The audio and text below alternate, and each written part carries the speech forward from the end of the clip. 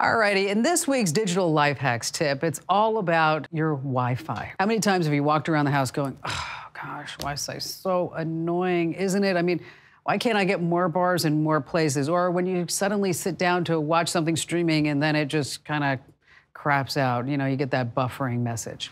So this week's digital life hacks tip, it's thorough, it's complete.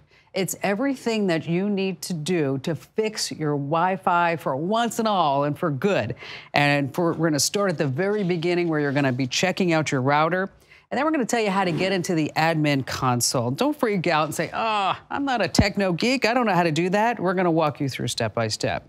And we're going to update the router software while we're there. Then we're going to look for Wi-Fi interference because that can be a real downer. If we do have any, we're going to tell you how to change the channels on your Mac and Windows.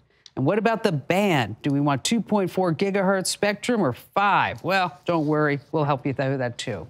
What about your security? Do you want WPA, WPA2, TKIP, WPA2 with AES? Yes, it gets confusing. Don't worry, we'll decipher it for you. We're going to tell you how you can change the location of the router, how you can put the kids and the guests on their own network so that this way they can't get to your files. Going to tell you how to get an updated modem or a better router if we can't fix that one. And then finally, mesh is the word. What do you mean mesh is the word? Mesh is a new type of network that if you've got a home bigger than 2,500 square feet, this is the handy-dandy solution for you. For all these 10 tricks to go ahead and fix that Wi-Fi for good, head over to Komando.com. That's, of course, Komando.com, and hit that Show Pics button right on the homepage.